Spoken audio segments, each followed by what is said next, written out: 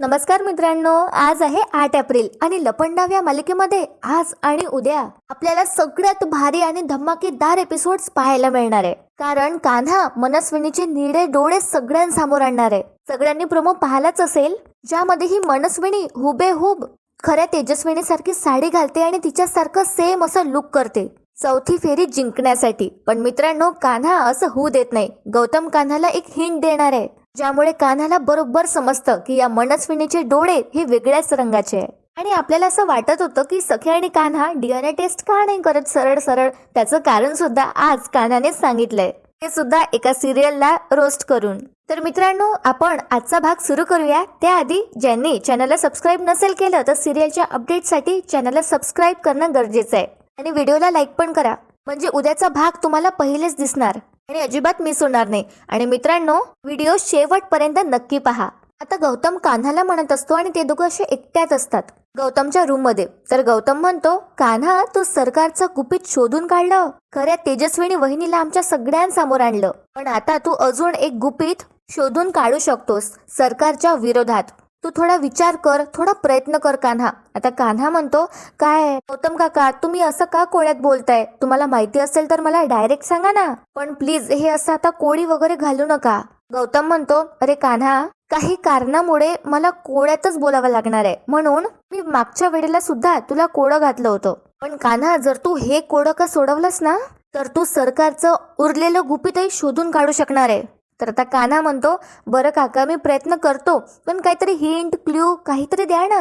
तर बघा मित्रांनो, आता गौतम कान्हाच्या खांद्यावर हात ठेवतो आणि म्हणतो, तुला क्लूची काय गरज? आणि ऐका मित्रांनो, आता गौतम कान्हाला बरोबर कोड्यात म्हणतो, डोळ्यात धूळफेक करणारी बाई आहे ती सरकार. जर तुला तिची चोरी पकडायची असेल ना. आणि पुढे आता गौतम पुढे असा भार देत म्हणतो त्याच्या शब्दांवर, तर कान्हा, तुझी नजर तीक्ष्ण हवी, दृष्टी स्पष्ट हवी आणि नजर स्वच्छ असेल तरच सगळं तुला खरं खरं दिसेल. गौतम आता मनात म्हणतो, कान्हा, मी आत्ताच तुला कोडं दिलंय, आता हे कोडं सोडून तूच सरकारला उद्ध्वस्त करू शकतोस. कान्हा म्हणतो, काका, तुम्ही काय बोलताय, मला काहीही कळत नाहीये. पण असा एखादा लपंडाव तर सरकार नाही खेळत आहे ना, की जो मला माहिती नाहीये?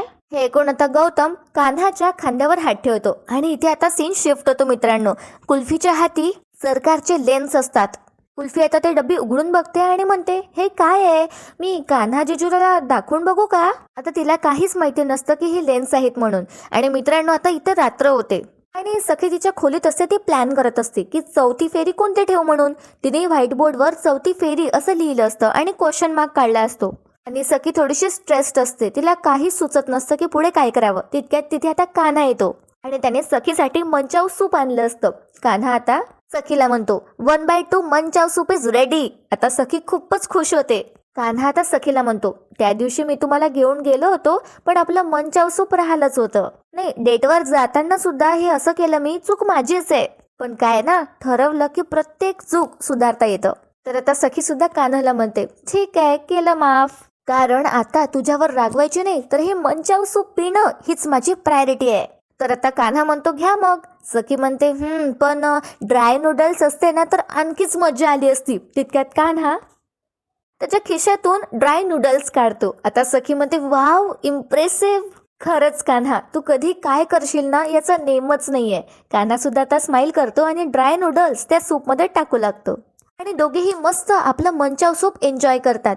कान्हा फूक न मारताच ते जे स्पूनने मंचाव सूप पिऊ लागतो. सखी त्याला थांबवते आणि म्हणते, अरे, तू काय पुन्हा तोंड भाजून घेणार आहेस का? आता कान्हाला आठवतं की ते जेव्हा डेटवर गेले होते लास्ट टाइम, तेव्हा असंच झालं होतं. कान्हाने घाईघाईमध्ये फूक न मारताच ते मंचाव सूप पिलं होतं आणि त्यामुळे त्याला चटका लागला होता. तर आता सखी कान्हाच्या हातचा स्पून तिच्या जवळ घेते आणि त्याला फूक मारते. त्यानंतर ती कान्हाला पाजते. दोघेही मस्त मंचाव सूप एन्जॉय करत असतात. तितक्यात कान्हाचं लक्ष व्हाईट बोर्डकडे जातं आणि कान्हा ते वाचून सखीला म्हणतो, चौथी फेरी. कान्हा लगेच आता उठतो आणि त्या बोर्डकडे जातो आणि सखीला म्हणतो, काही विचार केला का? काय ठरलंय? तर आता सखी म्हणते, नाही ना, काहीच ठरलं नाहीये, मी तोच विचार करतेय. आणि ऐका मित्रांनो, पुढे आता सखी म्हणते, मला ना एकदा असा विचारही आला की सरकारची आणि तिच्या बहिणीची डीएनए टेस्ट करावी. तर बघा मित्रांनो, आता कान्हा म्हणतो, नाही नाही, काही उपयोग नाहीये. सखी म्हणते, अरे का बरं? कान्हा म्हणतो, मी सांगतो ना, काही अर्थच नाही त्याला. काय ते डीएनए फिएनए, अहो एआयचा जमाना आहे, एआयचा. कसेही रिपोर्ट्स बदलताच येतात. आणि कान्हा पुढे आता सखीला म्हणतो, तुम्ही हल्लीचे सिरियल्स बघत नाही वाटतं. सिरियल मध्ये हिरोईन म्हणते, काही झालं तरी डीएनए टेस्ट ही झालीच पाहिजे. पूर्ण फुल ड्रामा करून कान्हा आता हा डायलॉग म्हणतो. सखी आता मस्त हसत असते आणि ऐकत असते.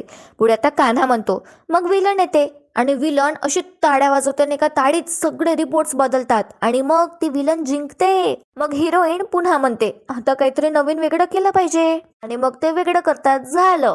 पुन्हा तेच सायकल चालू ठेवतात. त्यात 2-3 वर्ष तरी सिरियल जातेच. तर मित्रांनो, तुम्ही मला कमेंट करून सांगा, हे गोष्ट ऐकून तुम्हाला कुठल्या सिरियलची आठवण झाली आहे. म्हणजे कान्हाची ही डीएनए टेस्टची गोष्ट आठवून तुम्हाला कोणतं सिरियल आठवलंय. तर पुढे आता कान्हा म्हणतो सखीला, पण रिझल्ट लागत नाही ना. यात काय होतं, फक्त शब्दांचा डीएनए प्रेक्षकांच्या इमोशनशी जुळतो आणि डीएनएचा तसा रिझल्ट लागत नाही ना. त्यामुळे मला काय वाटतं, हा खोटेपणाचा मुखवटा उतरवण्यासाठी ही चौथी फेरी काहीतरी स्पेशल झाली पाहिजे. सखी म्हणते, तेच तर, पण कशी करणार आहे स्पेशल आपण चौथी फेरी. कान्हा आता विचार करू लागतो आणि इकडे तिकडे बघत तो फायनली वर बघतो आणि म्हणतो, हे रामराया, आता तुम्हीच काहीतरी सुचवा. तितक्यात मित्रांनो तिथे आपली कुल्फी येते आणि म्हणते, श्री रामचंद्र की जय. आणि तिच्या हाती तिने काढलेलं श्रीरामांचं छान स्केच असतं. छान तिने असं सुंदर ड्रॉइंग काढलं असतं. आता सखी आणि कान्हा लगेच कुल्फीकडे जातात आणि म्हणतात, ओहो. कान्हा म्हणतो कुल्फीला, झालंय कम्प्लीट चित्र. आणि सखी म्हणते, बाप रे, खूप सुंदर काढलंयस. तर आता कुल्फी सखीकडे बघते आणि म्हणते, सखी दी, मी फक्त तुझ्याशीच बोलणार आहे. आणि ती कान्हाकडे बघत म्हणते, मी याच्याशी नाही बोलणार. तर कान्हा म्हणतो, का, माझ्याशी का नाही बोलणार. तर आता कुल्फी म्हणते, मी कट्टी आहे तुझ्याशी. विसरलास ना तू मला कलर पॅलेट आणून देणार होता. तर आता कान्हा म्हणतो, अरे सॉरी कुल्फी, मी विसरलो ग, मी तुला आताच लगेच आणून देतो. त्यावर आता कुल्फी म्हणते, आता कशाला, आता काय उपयोग, झालं माझं पेंटिंग कम्प्लीट, मला काहीतरी सापडलं. त्यावर आता कान्हा एकदम आश्चर्याने विचारतो, काय सापडलं तुला. तर इथे आता सीन शिफ्ट होतो. ही मनस्विनी तिच्या खोलीत आली असते आणि ही मनस्विनी तिचा बॉक्स उघडून बघते आणि बघते तर काय, त्यामध्ये तिचे लेन्सच नसतात. ती तिथे ठेवलेल्या सगळ्या ड्रॉर्स मध्ये चेक करते, पण तिथे कुठेच तिचे लेन्स नसतात. ती स्वतःला म्हणते, मी लेन्सची डबी कुठे ठेवली, मला सापडत का नाहीये. तितक्यात तिथे आता सीन शिफ्ट होतो आणि कुल्फीच्या हाती ते लेन्सची डबी असते, या सरकारची, आणि ती ते कान्हाला दाखवते. आणि कान्हा कुल्फीला म्हणतो, ही कुठली कलर पॅलेट आहे, ही तर लेन्सची डबी आहे, तुला कोणी दिली. आता सखी सुद्धा आश्चर्याने सगळं ऐकू लागते. त्यावर आता कुल्फी म्हणते, नाही, मला तर कोणीच नाही दिली, मला तर ही डबी खालीच सापडली, म्हणून मी हे कलर साठी घेतली. आणि मित्रांनो, कुल्फीने ते कलर पॅलेट म्हणून वापरलं असतं. तिची लेन्सची डबी असते, त्यामध्ये तिने पूर्ण कलर मिक्स करून श्रीरामांच्या ड्रॉइंग कम्प्लीट केली असते. कान्हा तर सध्या त्याला काही समजत नाही, तो हिंट इग्नोर करतो, पण उद्या त्याला हिंट समजणार आहे. तर मित्रांनो, आता दुसरा दिवस असतो, म्हणजे श्रीराम नवमीचा, आणि थोड्याच वेळात कान्हाला सगळं क्लिअर होणार आहे. तर मित्रांनो, आता खरी तेजस्विनी तिच्या खोलीत असते आणि तिच्या तोंडावरशी थोडी ऊन पडते, ज्यामुळे तिला जाग येते. उठल्याबरोबर ती आता सूर्य नमस्कार वगैरे करते, म्हणजे सूर्याला ती हात जोडते. आणि त्यानंतर ती स्वतःला म्हणते, आज रामनवमी आहे, आज सखीची खरी आई कोण आहे याचा निकाल लागेल. खूप वर्ष मी हा वनवास भोगलाय, आता हा वनवास संपू दे देवा, आणि असत्यावर सत्याचा विजय होऊ दे. इकडे आता सीन शिफ्ट होतो. कान्हा किरण बरोबर चहाच्या स्टॉलवर असतो आणि दोघेही चहा पित असतात. आता कान्हाने किरणला सगळं सांगितलंय आणि कान्हा थोडा टेन्शन मध्ये असतो. त्यावर किरण म्हणतो, अरे कसं होणार आहे, सत्यावर सत्याचा विजय, तुला काय ती सरकार साधी सुधी बाई वाटली, उगाच नाही इतकी वर्ष तिने सत्ता सांभाळून ठेवली, सरकार आहे ती, एखाद्याच्या 13व्याचं सुद्धा जेवेल ती. त्यावर आता कान्हा म्हणतो, काय रे किरण्या, तू काय पार्टी बदललीस का. त्यावर किरण म्हणतो, घ्या, अरे मी तर आपलं प्रामाणिक मत मांडतोय, तू सांगितल्याप्रमाणे 3 फेऱ्या ती हरली आहे आणि आज फुल अँड फायनल राऊंड आहे, हो ना. त्यावर कान्हा म्हणतो, हो. त्यावर आता किरण कान्हाला म्हणतो, मग तुला वाटतं का ती बाई शांत बसेल. त्यावर आता कान्हा म्हणतो, नाही बसेल ती शांत, माहितीये मला, जिंकण्यासाठी ती काही पण करू शकते, पण ती जरी सरकार असले ना तरी मी सुद्धा कान्हा आहे, असं तिचं खोटं मी सहन नाही करणार. किरण, फक्त मला एक लूप होल सापडू दे, फक्त एक, तिचा तो मुखवटा उतरवण्यासाठी, मग बघच. त्यावर किरण म्हणतो, सापडेल. आणि किरण आता चहाच्या स्टॉलवर जातो पैसे देण्यासाठी. तितक्यात कुठून तरी एक माणूस येतो आणि तो असं म्हणत असतो, त्याने गॉगल वगैरे लावले असतात आणि त्याचे कपडे असे थोडेफार मडके फाटके असतात आणि तो असा काठी घेऊन चालत असतो आणि तो म्हणतो, कोणी आहे का इकडे, कोणी आहे का इकडे, आंधळ्याला कोणी मदत करा. त्यावर कान्हा म्हणतो, एक मिनिट, इकडे रस्ता आहे. कान्हा आता या व्यक्तीला साईडला करतो आणि हा व्यक्ती आता कान्हाला म्हणतो, दादा जरा पैसे मिळतील का हो? कान्हा म्हणतो त्यापेक्षा जरा खाता का तुम्ही? तुम्हाला काही खायला देऊ का? त्यावर हा व्यक्ती कान्हाला म्हणतो नाही नाही खायला नको मला पैसे द्या. कान्हा त्याच्या पॉकेट मधले काही पैसे काढतो आणि त्या माणसाला देतो. तर हा माणूस म्हणतो कान्हाला देव तुमचं भलं करू हा, आणि हा तिथून निघून जातो. आणि परत तो असा कंटिन्यू बडबड करत असतो कोणी आहे का इथं, आंधळ्याला मदत करा. आणि हा माणूस आता थोड्याच अंतरावर गेला असतो. तितक्यात किरण वापस येतो आणि कान्हाला म्हणतो झालं कान्हा, तो माणूस तुला फसवून गेला. कान्हा म्हणतो म्हणजे? आता कान्हाला काहीच समजत नसतं. त्यावर आता किरण म्हणतो अरे हा माणूस जो आता गेला ना, हा परवा लंगडा झाला होता आणि आज आंधळा झालाय. त्यावर आता कान्हाला आश्चर्याचा धक्काच बसतो. किरण म्हणतो थांब तुला बघायचं आहे का, थांब दाखवतो. असं म्हणून किरण धावतच त्या माणसाच्या मागे जातो आणि त्याची बॅग घेतो आणि तो बरोबर त्या व्यक्तीची बॅग कान्हाच्या जवळ फेकतो. कान्हा बरोबर ती बॅग कॅच करतो आणि हा जो आंधळा माणूस आहे जो प्रिटेंड करत होता तो धावतच बरोबर कान्हाच्याच जवळ जातो ती बॅग घेण्यासाठी. ज्यावरून आता कान्हाला क्लिअर होतं की हा माणूस फेक आहे आणि हा नाटकं करत होता. मुळात हा तर आंधळा आहेच नाही. कान्हा त्या माणसाच्या डोळ्यावरचा गॉगल काढतो. मित्रांनो इथे आता सीन शिफ्ट होतो. खरी तेजस्विनी तिच्या खोलीत असते आणि ती विचार करत असते आज कुठली साडी नेसू. तितक्यात तिथे आता सखी येते आणि म्हणते मी काही हेल्प करू का?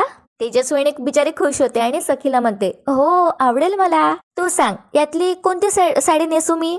सखी आता त्या साड्यांकडे अशी नजर फिरवते आणि त्यातली बरोबर एक लाईट ब्ल्यू कलरची साडी घेते आणि ती तेजस्विनीला म्हणते तुम्ही ही साडी नेसा, ही माझ्या आईची फेवरेट साडी आहे. त्यावर तेजस्विनी सखीला म्हणते माहितीये मला, पण सखी तू आज विचार करून निर्णय घे. त्यावर आता सखी खऱ्या तेजस्विनीला म्हणते माझी ऑलमोस्ट खात्री पटलीये की कोण खरंय, पण आता फक्त आजची फेरी काय ठेवू मी याचाच विचार करतेय. त्यावर खरी तेजस्विनी सखीला म्हणते जे काही असेल मी तयार आहे. आणि बघा मित्रांनो काय होतं, सखी आता तेजस्विनीला म्हणते तुम्ही आंघोळ करून घ्या, मी सगळं आवरून घेते आणि ही साडी इथेच ठेवते. आणि मित्रांनो इथेच मनस्विनी काढ्या करणार आहे आणि नवीन डाव टाकणार आहे ज्यामध्ये ती स्वतःच फसणार आहे. तर असं इथे आता सीन शिफ्ट होतो. किरण आता त्या आंधळ्या जो बनून नाटक करत होता त्या माणसाला पकडतो आणि म्हणतो रोज रोज काय लावलं रे, असं नाही ऐकणार तू, चल तुला पोलिसातच देतो.